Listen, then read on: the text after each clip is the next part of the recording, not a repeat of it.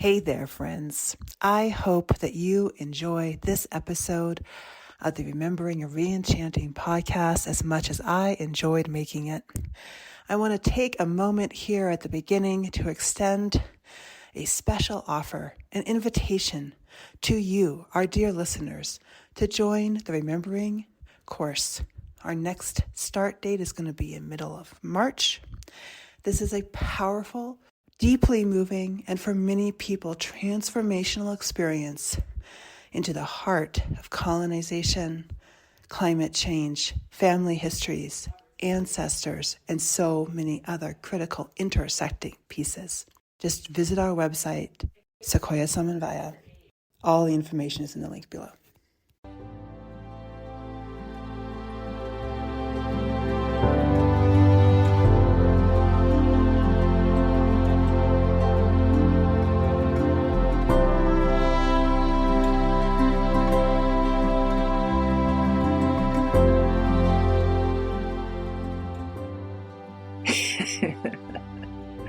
Hello, and welcome to the Remembering and Reenchanting podcast.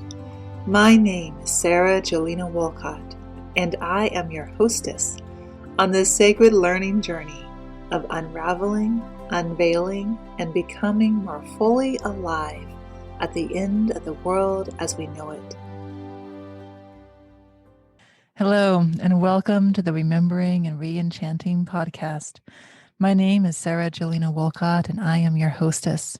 And today I have the tremendous pleasure of being joined by a friend and occasional student, GG Neroda, whom I originally met as Gladys, so I might use both names in this podcast. We were just discussing what name does she prefer to be called, which of course evokes the immense challenge and question of identity and who are we today, which is a question that really, how can we possibly ever answer that question?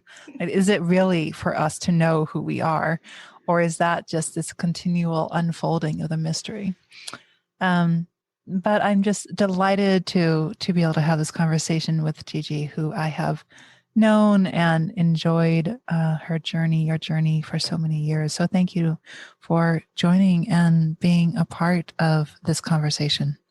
Well, thank you. Thank you for having me. I'm very excited. And I like to, one of the questions I always like to ask in this podcast, and we might as well just start here, is what are you remembering and what are you reenchanting? Oh man, that's a good one. I will say that today I am remembering death. Which is not unusual, but I was informed yesterday that someone that I was working on a project with passed away really unexpectedly, and it shook me, and it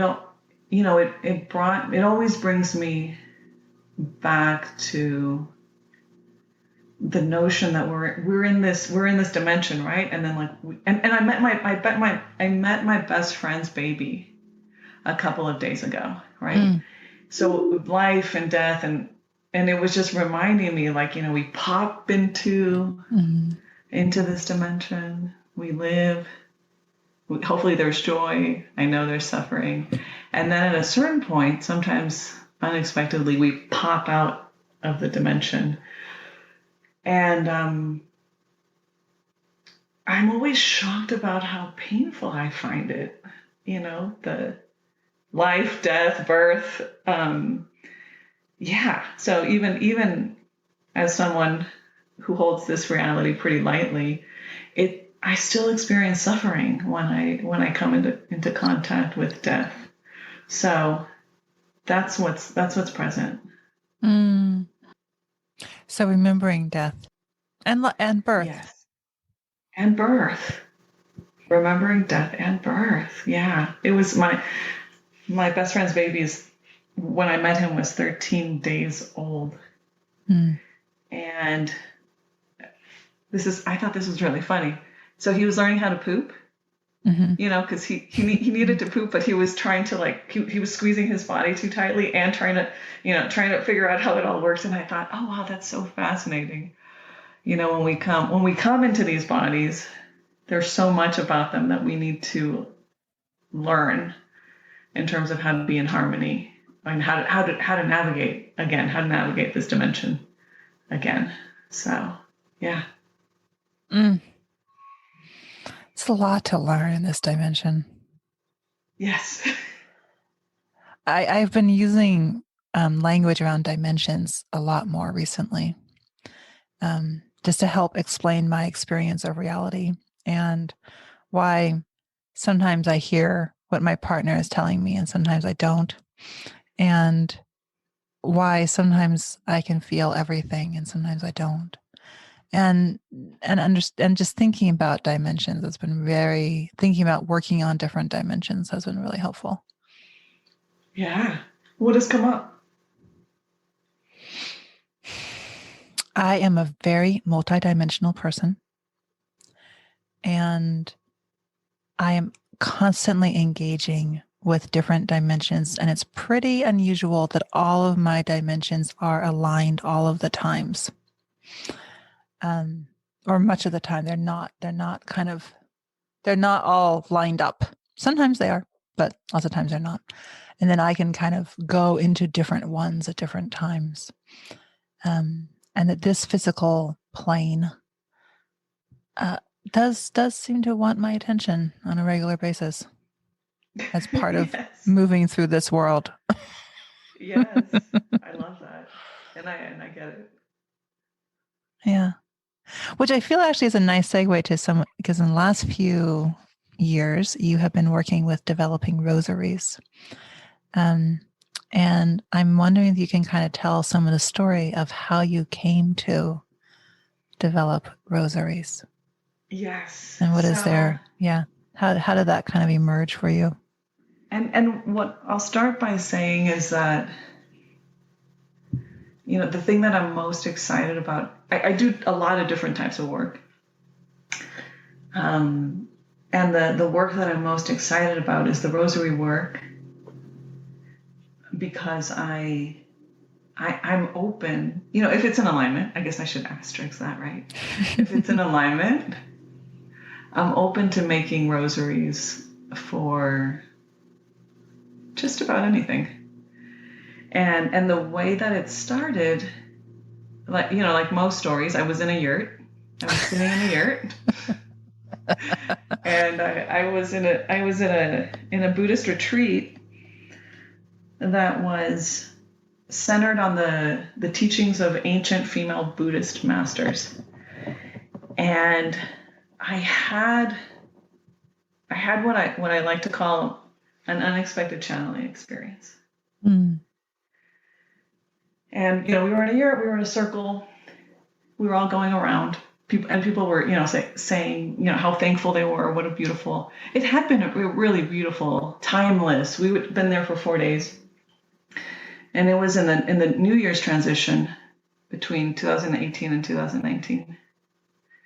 And I remember I was sitting there, and I could hear something. I could hear at the beginning of a sentence, and I remember thinking, oh wow, I'm not going to have the privilege of telling folks like, oh, this has been such a wonderful retreat. Thank you very much. Because there's this message that needed to come out.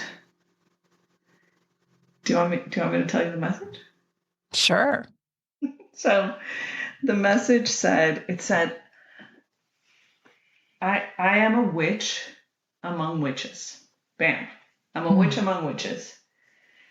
And it said, the heart of the witch is closed, but the heart of the witch is not closed by accident. The heart of the witch is closed because of the mere crime of being ourselves. In the past, we were burned, raped, drowned, tortured. And we had to, in order to survive, we had to close our hearts. And that at that time, there was no greater enemy to a witch than another witch, or a woman, than another woman. Like the whole sisterhood kind of shattered. And that I remembered a time when, the women, I suppose the women that were in that yurt with me, that we spoke of coming back, being born again in the future. And then it said, we made it. We're in the future. We're living in the future. And now is the time to do the work needed to be able to open our hearts. And, then it was over. And I was sitting there, and I do think, looking back, that I think I was in shock. Physically, my body, I couldn't stop shaking. Someone actually had to hold me. Someone had to hold me because my body was shaking. And suddenly the doors of the yurt flew open. And one of the teachers said that the divine deities have just walked in. And even after I had just experienced what I had experienced, I do remember that the first thought in my head was, wait, the deities are real? I thought it was just a metaphor. They're real? And I will say, I've never been the same. It was like a lightning bolt that hit me / fried me, I was, and I've never been the same. Also, I am more myself now than I've ever been, even though it's been a very challenging, almost 4 years, getting from that moment to now. Because, while I don't have bipolar, I was in a mania for about a year. I have a full back tattoo celebrating the feminine divine. And I do think, my therapist calls it a spiritual emergency. And I call it remember that time I went crazy? Because the reality and I, whoa, things were a bit more unhinged than I usually prefer. And at first what happened is at the end of February 2019, I suddenly got sick, and I had been. But let's actually just pause for a second to kind of give some larger context here. So at that point, until that moment, you had, you had done meditation before, you had been part of spiritual practices before. Did you grow up? What religion did you grow up in? I grew up Catholic, and I had disavowed Catholicism and Christianity in my early 20s. And then for a long time, I was agnostic. I was like, I don't even know. Is God real? I can't know. And and then there was exploration into Buddhism. I did Ashtanga yoga for many years. So there were some practices, but and you had of all of it. And not just Catholic, but you had a strong Mexicana background. You had yes. Your grandmother lived in Mexico. You had these sort of very particular type of Catholicism and a very particular kind of tradition that you were coming out of. Yes. And my grandmother and I used to pray the Rosary when I was little. But it was very light Catholicism. It wasn't very deep. Yeah.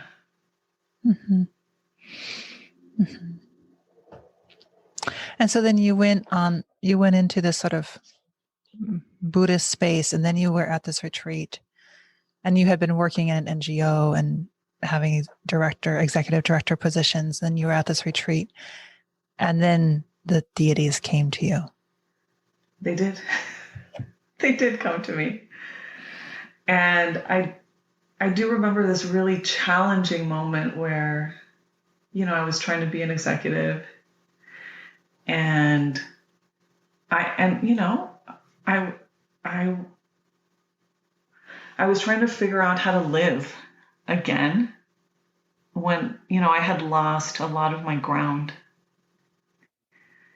And at first, when the compulsion to pray the rosary came up, I saw it as like further evidence of like, I've gone insane. And now I'm praying the rosaries. I'm unhinged. This is insane. And now, 4 years later, I can see, that was my pathway back. That was like a ladder or a rope, it was like, hey, hello. Can you here's a lifeline. And I didn't recognize it as such. And actually when the rosary, the compulsion to pray the rosary first came up, I was really mad about it. I was appalled that the divine should dare speak to me. And then I was furious that they were demanding, this is the way that I experienced it, right? That they were demanding that I pray the rosary. And, the first day I prayed it the traditional Catholic style, and I was so mad. And the second day I remember I sat down in this very chair that I'm in, and I was like, are we done here? I did it. Are we done here?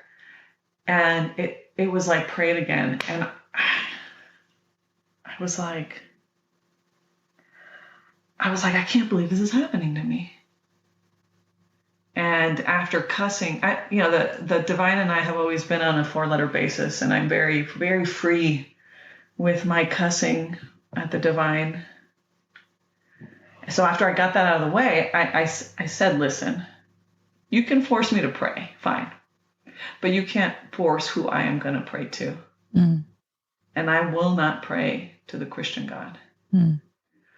So right there and then I got my journal out, and I decided to pray that I would pray to the goddess.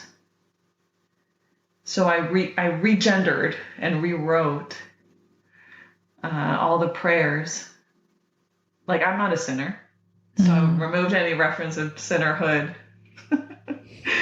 And then I entered this period of my life for about 10 months where, in the day I would be working, being an executive. And then every evening I would be praying and kind of like channeling these prayers for anywhere from 2 to 3 hours every single night. And, and it was, I think I can only call it a transformative experience. And by the end of that, I decided I have to stop working. And that's when I started my sabbatical. So I'm wondering if we can kind of tease apart a little bit, because just to affirm for other people who've had similar experiences, and also as a bridge for those who have not had such experiences. What does it feel like to feel this? Because you're using the word compulsion a lot in this experience. Like, this was not something that you were kind of like, oh, I'm going to take a class on like the rosaries, or like you weren't asking to be a channel, or to channel anything. And so what was the sort of embodied and emotional experience of having this directive? Well, what happened was I had met, since I had recognized that I was unhinged. I mean that. And by unhinged, what do you mean by that? Yeah, because that's a big word. It's like, what does that mean? What did that mean for you? I just, for the 2 months following the channeling experience, I literally didn't know how to live. Where in the past I used to do Ashtanga, which is very rigid, I love it, right? Very, you do your practice, it's very serious. My body was telling me, go do ecstatic dance. I needed to move this energy through me.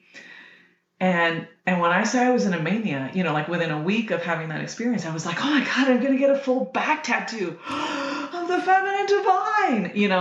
Whoa. And I did. I immediately reached out to a tattoo artist who was amazing. And and there was just so much energy running through me. Mm-hmm. And you needed that somatic marking. I don't. The tattoo was like an initiation. Mm-hmm. Actually, the tattoo I think is worth reflecting on, because I feel like in other lifetimes, if someone was like, "You're a witch," I was like, "Prove it."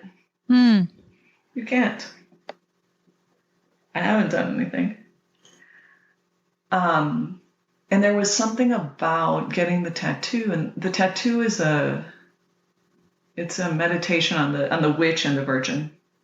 Two of many polarities of the feminine divine. And there was something about like, if all hell breaks loose and like they catch me, I don't know who they are, right? They catch me, they strip me. There it is. I cannot deny it, that I am a witch. And so there was a type of surrendering in terms of like, who am I? And when I say that I'm a witch, I don't mean that I'm Wiccan. I don't mean I'm not a part of anything. I'm a part of me. It's me in my room. But there was something about being unable to deny it, and realizing that if I was ever going to be intimate with anyone physically, they'd see it. Mm-hmm. They'd know it. Whereas the bulk of my life, like I was a child who knew actively that I was wearing masks to make other people feel comfortable around me. Mm-hmm. And all of a sudden it was like, well, that's going to go out the window now. It's not available anymore. Yeah. But if we go back to the rosary compulsion part, so I went to go talk to one of the teachers from the retreat, and we were in the middle of our conversation. She said, "Do you know how I operate?" And she was asking me if I understood that she was sick, and I was like, "Yeah, I understand." And she said, I can see you in the spiritual realm. And she was starting to get upset. And she said, "Why are you alone? Where are your guides?" And I said, "Oh, then?" Many lifetimes I told them that I had nothing but disdain for them and to leave me alone and never speak my name and never talk to me again. And she said, am I allowed to cuss in this? Because she said, this is why, well, I'll PC it. She said, this is why your life is messed up, but she didn't use that word. And you know her. I'm sure she did not use that word. And I said, I remember saying to her, I said, listen, I'm not going to lie to you to make you comfortable. This is what it is. I have nothing but hatred and disdain for the divine. And she said, well, you need to fix this. So I said, I'm working on it. And I left that session and I immediately got sick. I had a fever. This was before COVID. I had a fever. I was down. I didn't go to work for about a week. And instantly, as soon as I got sick, all I could think about was praying the rosary. I could see it in my mind's eye, me praying the rosary. I could hear it in my ear, me praying the rosary. It was all I could ponder, all I could think about in the middle of me being sick. And I remember being like, are you kidding me right now? Number one, how dare you talk to me? Number one, insert a bunch of like explicit cuss words. And I was like, no, I'm not going to do it. You can't force me. And then it was like the endless movie, right? It was like the endless movie. I could hear it. I could see it. And finally, it started on a Saturday. Finally on Tuesday, because it wouldn't leave me, I ordered a rosary on Amazon so that it could be shipped in 2 days. because I wasn't someone who had rosaries. And that's how it started. And we talked about day 1, we talked about day 2. I started praying it every night. And I will say, I was so mad. And on day 9, I'm an integral coach, so I was in the middle of my coaching program. And on day 9, I was so tired. I had been in what felt like 12 hours of group therapy in terms of this program. And I got in my bed. I had to get up early the next day to go back to the program. So I got into my bed and I said, listen, Divine, I'm not doing it tonight. I'm tired. I'm exhausted. It's not going to happen. And my radio turned on by itself. And I was like, fine. And I got up, because I got up, I prayed it. And it was the last time it was the last time I thought about not doing it. And in the middle of all of this, I realized that I was a spiritual toddler in the middle of a tantrum that I didn't know how to stop. Mm. And the divine was like, pray again. And I was so mad because I felt like someone had come up behind me and made my knees buckle, and they're like, pray again. And I will say that there were times I didn't know that I had a spiritual rebellion and brooding. I knew that I didn't know the extent of it.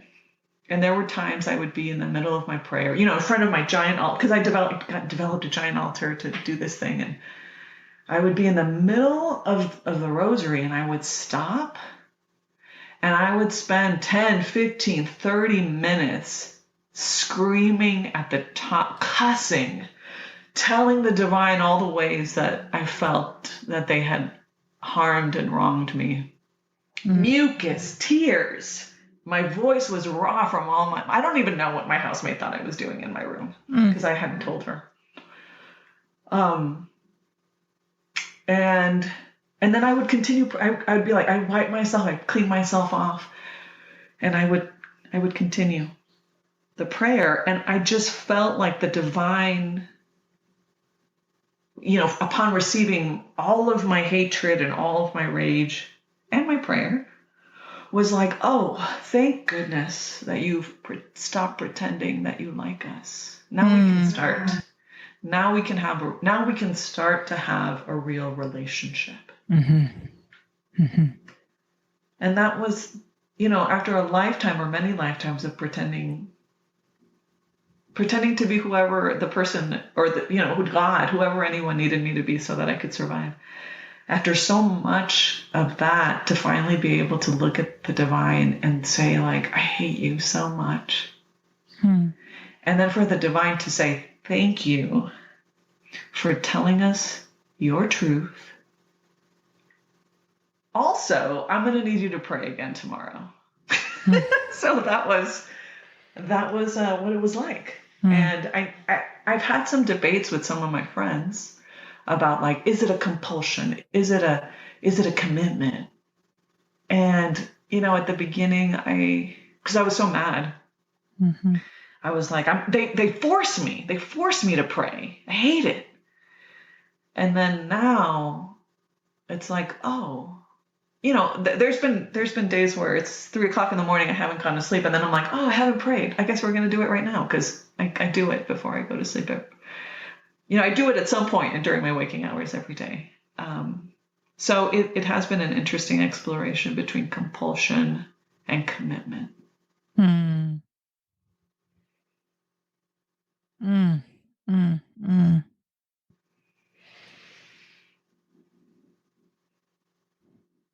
I feel so important. So first, thank you just so much for sharing that. I feel that we don't often hear rawness of our relationship with the divine in such a way where we're really given free permission to be extraordinarily angry, and to let all of the feelings that we sometimes associate with ugliness to come to the fore before the divine, and just how powerful that is, and how there's still something there. For me, I think it's the beginning of truth, the beginning of a real relationship, which I don't think I've ever experienced before. Well, maybe with my dog, but with another human being, I don't think I've ever experienced that. And I think there were so many lifetimes, and even at the beginning of this one, where I was like, I just want to be good. Or I want you to think that I'm good. Am I good? Am I doing it right? And to finally drop that and be like, you know what? I hate you, like so deeply. And then the beginning of a real relationship arose with the divine at large, and with specific deities who I felt who like arose, right? They came up. Whereas I felt, growing up Catholic, I felt like there was a gun at my head. It's like, this is the one you have to pray to. And I was like, well, what if I'm not down? What if I don't like that? And there's been something so liberating about getting to know different deities, and sometimes it's been organic, and sometimes it's been like, oh, I want to learn about this deity, and having the freedom to do that, because that wasn't allowed when I was a child. That was a sin. That's been really interesting to me, because I feel like I have a theory that all of us are probably drawn to different deities, different nature spirits, or different aspects. But we're not allowed to in a lot of the Christian contexts. We're not allowed to explore that. It's like forbidden.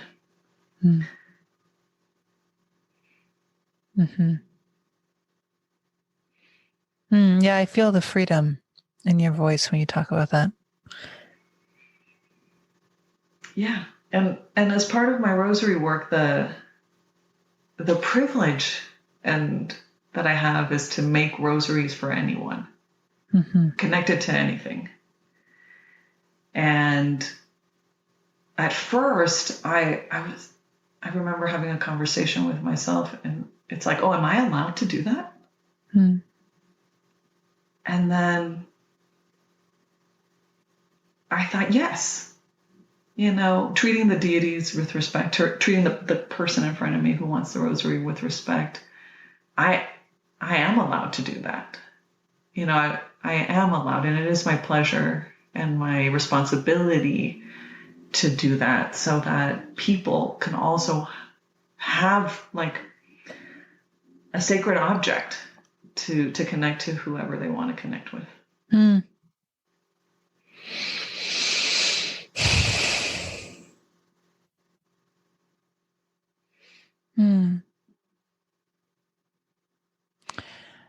So let's go into sacred objects.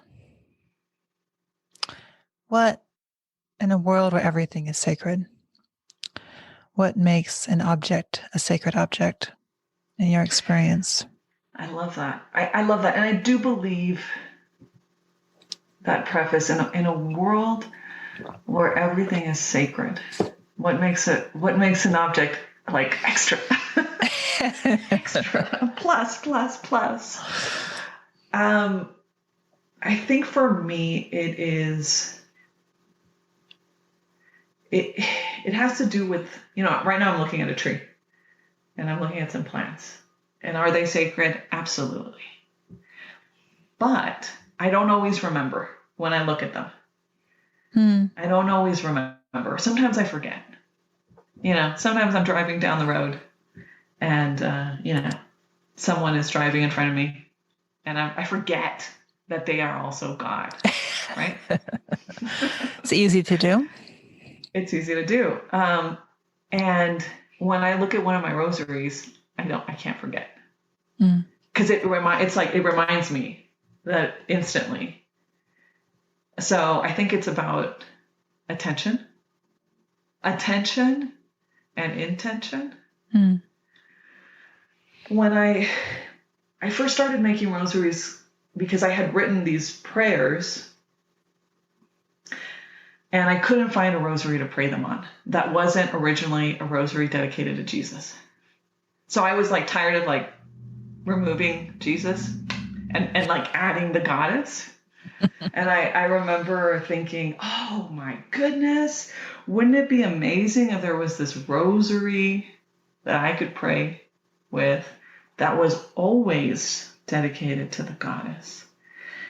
And that, you know, from the genesis, from the inception of the idea of the rosary, from the intention, it wasn't a replacement.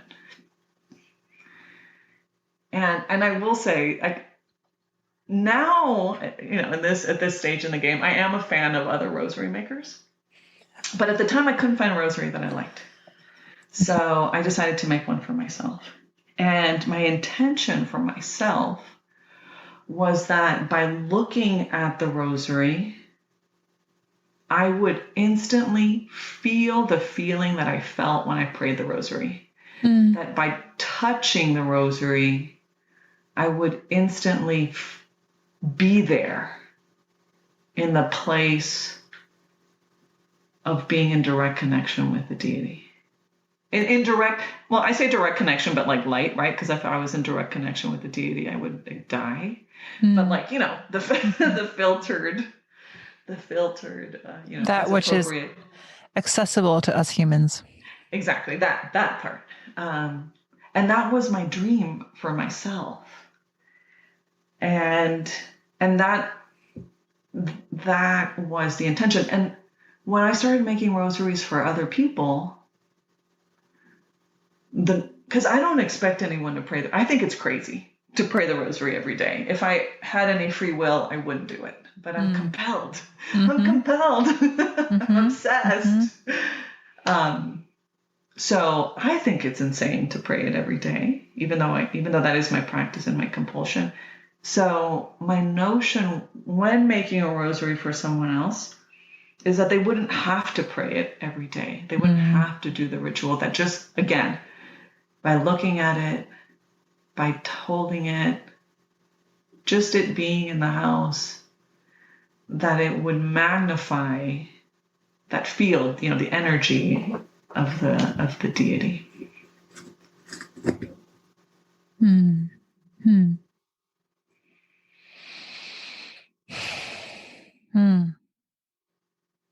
And so then how do you do that? How do you make a rosary like that? Well, there's some technical things, right? There's some, you know, I'm privileged enough to be part of Linda Casera from Berkeley and like the energy class community. I'm a student of that lineage that teaches, you know, how to make containers and whatnot, but which is helpful so that, you know, my life doesn't fall apart or I don't get blown up again energetically. I think I can illustrate this best by talking about the first custom rosaries I made. So when I started selling rosaries, I thought, oh wow, here it's gonna happen. I'm finally gonna make rosaries for the dark gods. Naturally, that wasn't what happened. That wasn't what happened. It was the Catholic saints first. Of course. I remember when it first arose, I was like, oh God, why is this happening to me? And it was St. Francis.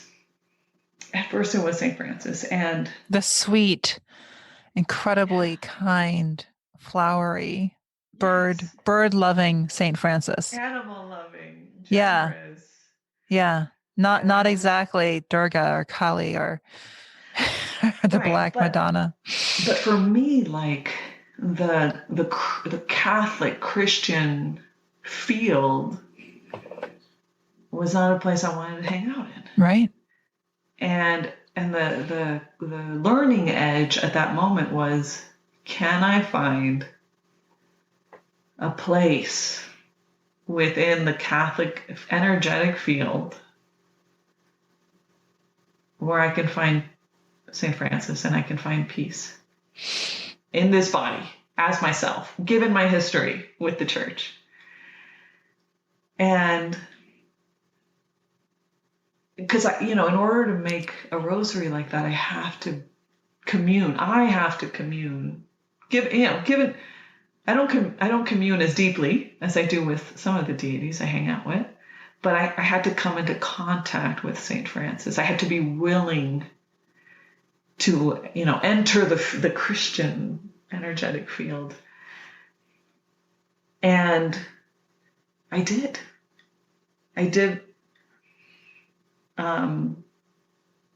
And when I make a rosary like this, physically, I pick crystals, I pick stones, we put it together. And my goal is to create a coherent object, something that has its own energetic field, so you can, it feels good to be with. It nourishes you. It's giving you something. And with St. Francis, there's a lot. I was also curating these prayers for St. Francis so that my friend could pray it if she wanted to. And I take a lot of liberties. I have the audacity to change well-established prayers so that they don't offend me. And I did. And I pray with the rosaries that I make, all of them, so that I can notice what it feels like. So I made the rosary, I curated the prayers, all the while asking myself, does this feel resonant? Does this feel true? Am I betraying myself by coming into contact with this field? And the answer was no, and there has been a sweetness and let's be clear, I'm not Catholic, nor am I Christian. And I always say, JC and we're still sorting it out. We are still sorting it out. We haven't we've made strides, but we haven't fully reconciled. And then there's some energetic work around like making the rosary just right for the person, embedding an intention into it. And I did this again, the same process with Joan of Arc. And I got to tell you, that rosary was infinitely more challenging for me because of the witch burning. And, it took me months to be able to, and it took me months, and it was only as a result of making a Ganesh rosary that the block that I had was removed to be able to focus on curating and editing and writing these prayers. But again, it's like, can I heal? Can I heal? Am I willing to go to the place I've been avoiding? Right. You had to do your own shadow work. You had to go to those places you hadn't wanted to go in order to be of service to that which is bigger. Yes. I will share, I made a Loki rosary last year, and chaos was everywhere. And I really had to set some boundaries. I had to. Loki being one of Loki's, Loki being known for stirring up chaos. Loki being known for chaos, but it also was an invitation to explore the helpful part of chaotic energy. the like new things coming in, the old things going out, but I did have to up my game in terms of boundaries, in terms of stronger energetic containers, and demanding space. I was like, everyone back up, you're too close. So there's always a learning edge.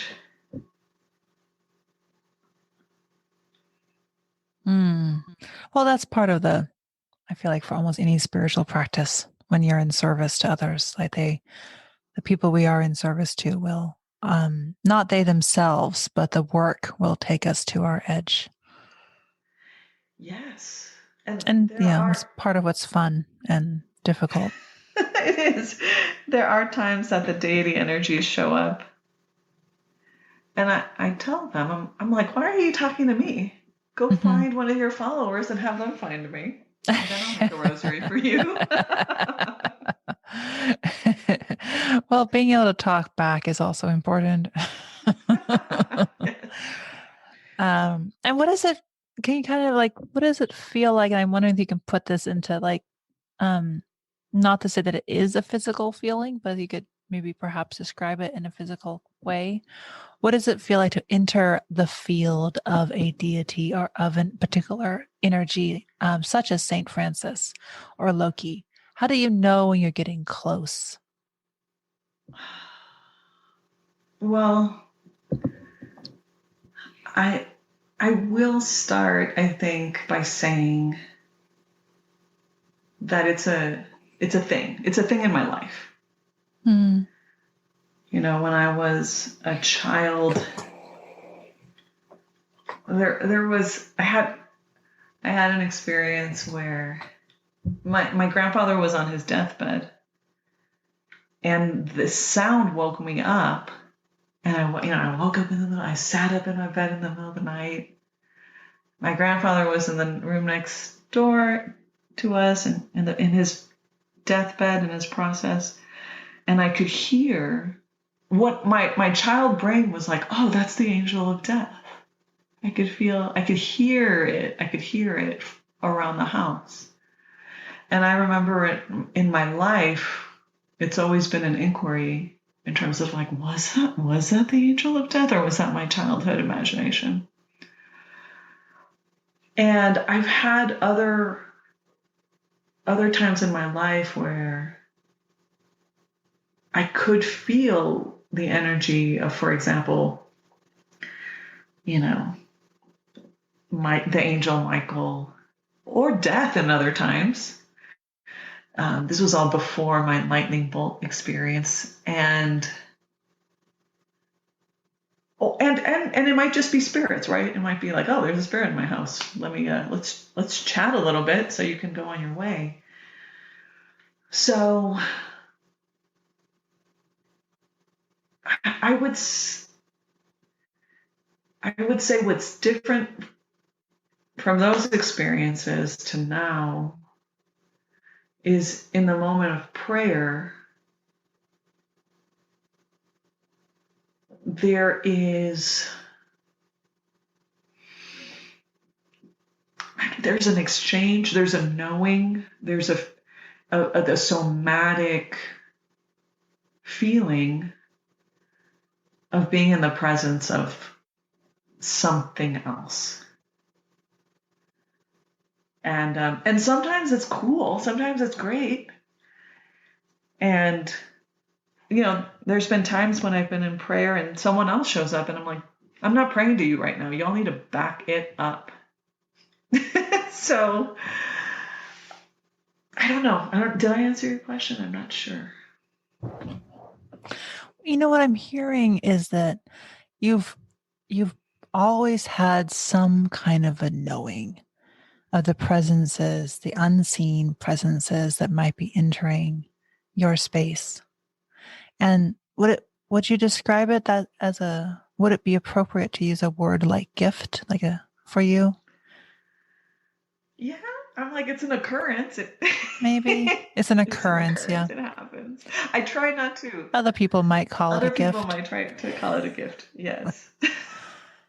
Yes. is simply how you are experiencing the unseen and seen worlds. Yes. Yeah.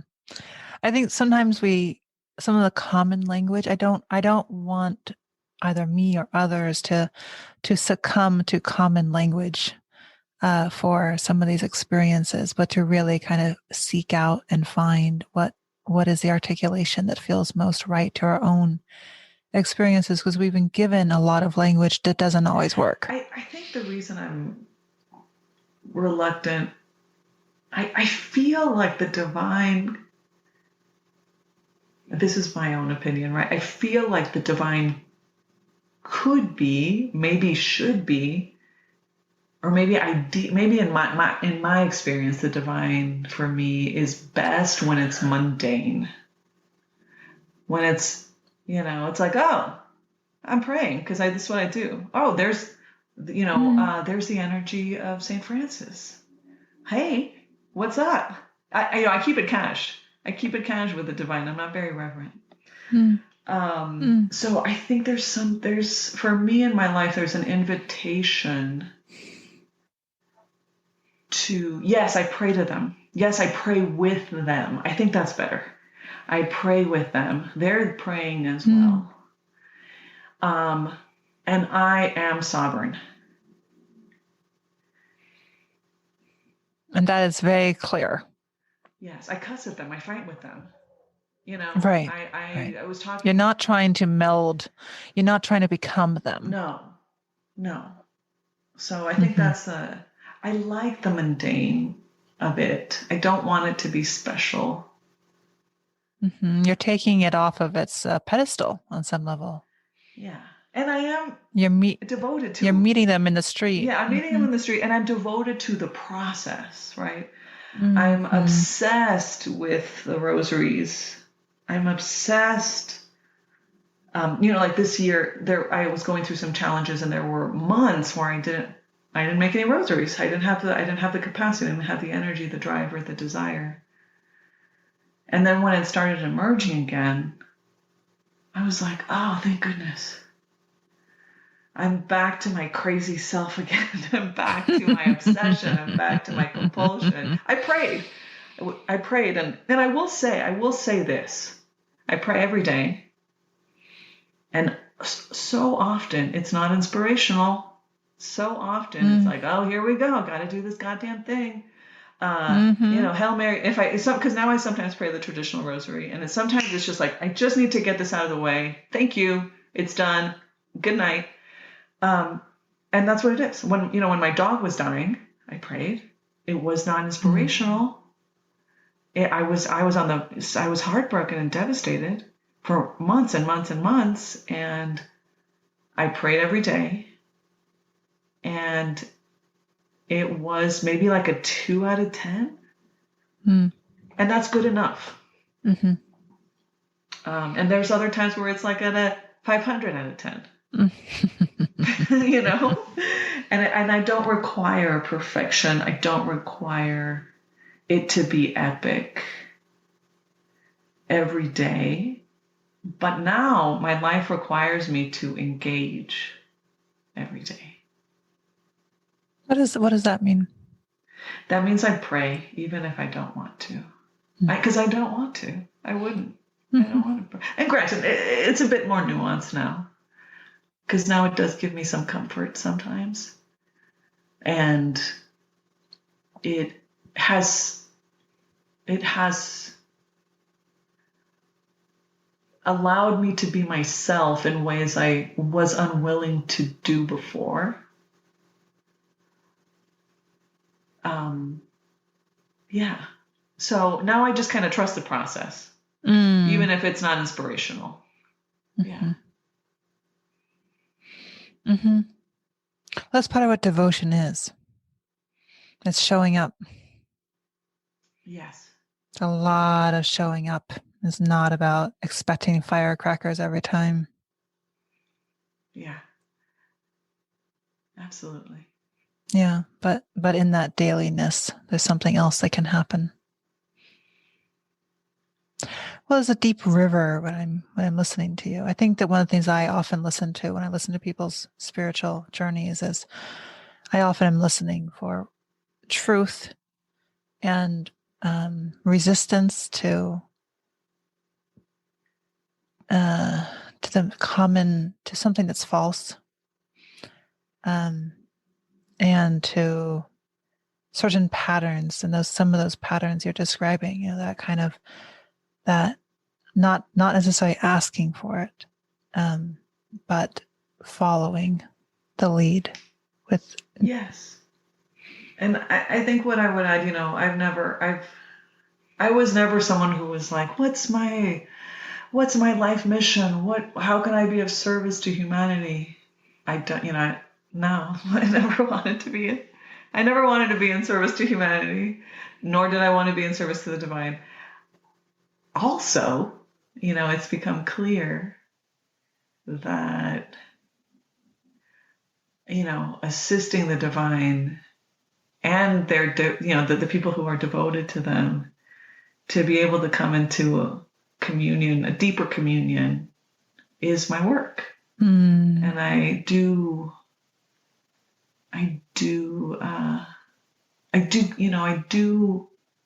it does nourish me now, almost 4 years later. Yeah. Now. But I still reserve the right, because my rage comes and goes. Mm-hmm. So there will be a time where I'll be in prayer and I'll stop and I'll yell and I'll tell them everything that's on my mind. Mm-hmm. I still reserve that right. Mm-hmm. I remember quite recently, I was sitting in a circle and I was just so infuriated with something that was happening. And eventually my partner told me that I had to leave the circle because I was throwing hexes at the other people, and that wasn't helping. Yes. She's like, your witchiness is not in control. You had to go outside. And I did step out, and I eventually had to go to a local water body. And it was very cold, and I went into the water body and I was praying, and the goddess was very clear to me. She was like, compassion. And I was like, no. I don't want to be compassionate. Are you kidding me? Yeah. And in that case, the coldness of the water was so cold. It actually drove out my resistance to the compassion, to being compassionate. And I left with the capacity for compassion. Again, it was returned to me, somewhat to my great grudging upsetness. I wasn't particularly happy about being able to be compassionate again, but there you go. I think it is what was required in the moment. And it's, like being able to have those relationships with others and with ourselves and with the divine to show up as we are. Exactly. And I will share, when I was in my moments of grief and various challenges this year, I remember telling myself, this is my best right now. And it's not the best I've ever mustered, yet it is my best right now. Yeah. And asking for a lot of help, both in this, like two people here in this dimension and otherwise. Yes.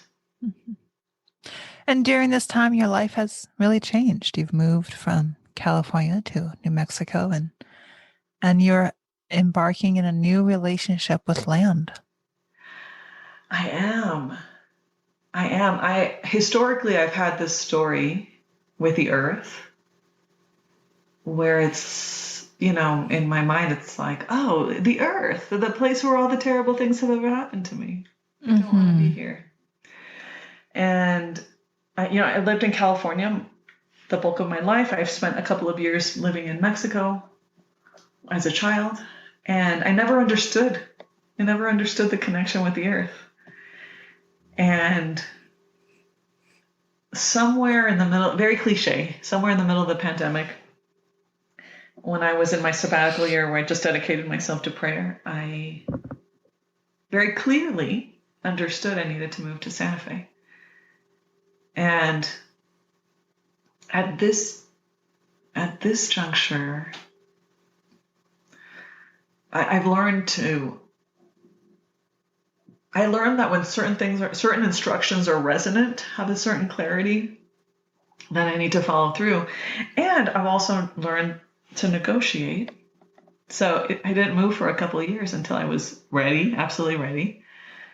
And now that I'm here, when the first week that I finally moved, and I had spent over the last couple of years, I've spent some time in Santa Fe. I've had that privilege. And when I got here, when I had finally moved, I was talking to the land, like the jerk that I am. And I said, hey, you called? I've finally moved. What do you want? And the land laughed and said, oh, I don't need anything from you. You're the one who needs something from me. And I thought, oh, shoot. Okay, I'm sorry. Let me reel it in. Can we start again? Mm-hmm. Thank you. I'm here. Thank you for helping me. And I will say that for the first time, I feel home. I have this thing. I'm the daughter of immigrants. So here in the United States, I always feel like an immigrant. And in Mexico, I'm a foreigner. So I have this homelessness vibe. And here, for the first time, I was talking to the land the other day, and I said, do we belong to each other? And the said yes. And, I don't know. It's only been 3 months. Who knows what will happen? But I know that I've never felt this way before.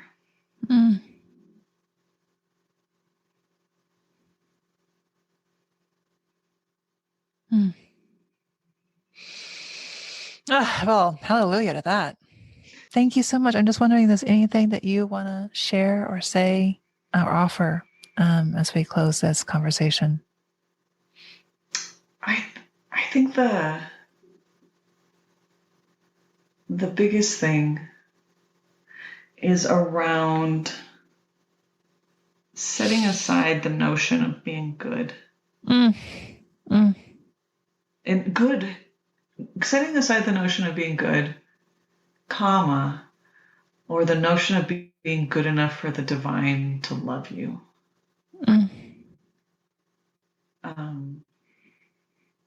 I was in the middle of a therapy session, talking about my personal self-hatred, that working through, and my therapist at the time, we were talking about the divine, and me not wanting to see myself, me not wanting to know myself, and not wanting the divine to know me or see me. And she said to me, but the divine already knows what you're like. You don't have to pretend. And that there was something about that I was like, oh. And this was before, right? This was before my lightning bolt moment. And I think there is something there. Can we love ourselves? Can we see ourselves and get beyond that moment where we're like, ugh, gross, when you finally see yourself, and then love that. Yeah, absolutely. And about the rosaries, I will say it's been an interesting exploration in terms of charging for them, not charging them. I do have an Etsy store. And I also, if there's someone who needs a rosary, I'll also give it to them. So it has been an interesting exploration with Lakshmi in terms of what is that, with that balance of being in harmony with that. So, yeah.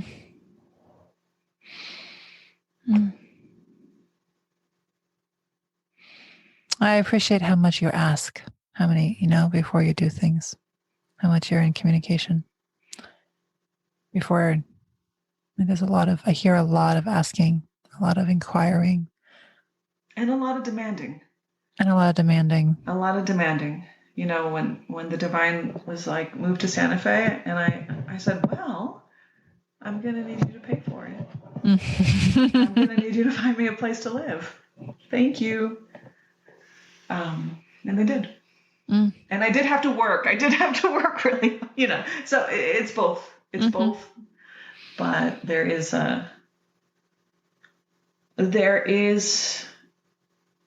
invitation to engage with the divine eye to eye.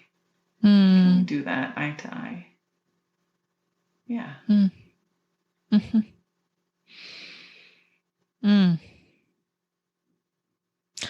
Thank you. Thank you for both the sharing here and just the consistent willingness to stay true to that. Yeah, thank you. Yeah, it's not easy. It's not easy, and I'm still, just to be clear, I'm still, at the tail end of my tantrum. I'm still at the tail end of my 1,000 lifetime tantrum. But I'm towards the end. So I think there's sometimes some romanticization in terms of like, oh, you're an old soul. Oh, you've got it all figured out. And I think there's something about we can do the work and not gaslight ourselves that we're not in the middle of our tantrum. It's still happening. And I'm part, like when a little kid's crying in the grocery store, I'm in that part where the little kid is like taking breaths and thinking about stopping and then starts again. So I'm there. That's who I am. That's where I'm at. I don't know if it'll ever stop. I'm not requiring my tantrum to stop in this life, but it might. It might. Or not.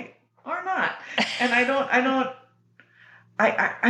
I keep the option open that it might not stop, and I think that is okay because I am still doing the work.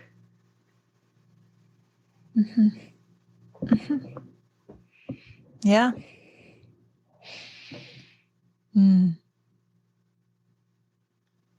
So I think my challenge is around an invitation to reimagine what it looks like to be in alignment. It might look like this. I'm doing the work and I'm still fighting. And I'm still and I'm still in the middle of my tantrum, or in the end, towards the end of it. And that's okay. Yeah. And it kind of has to be okay. Instead of trying for the tantrum to end, to kind of let it be what it is.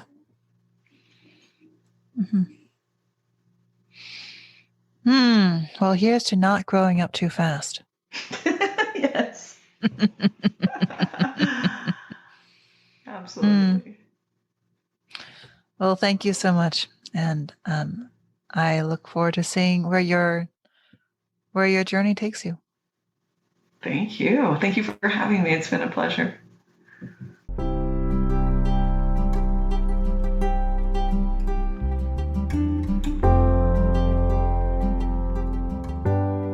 Thank you so much for listening to the Remembering and Re-Enchanting podcast. If you are enjoying what you are hearing, please subscribe, share, and leave us a review. I am always happy to hear from you, dear listener, to continue finding ways to connect the disconnected and go deeper on your own journey of remembering and re-enchanting with your communities, your organizations, and your families. I invite you to check out our courses and other community offerings via the Sequoia Samanvaya website. You can also follow us on Instagram, Facebook, and LinkedIn. Though I must admit I spend much more time working with really amazing people than crafting social media.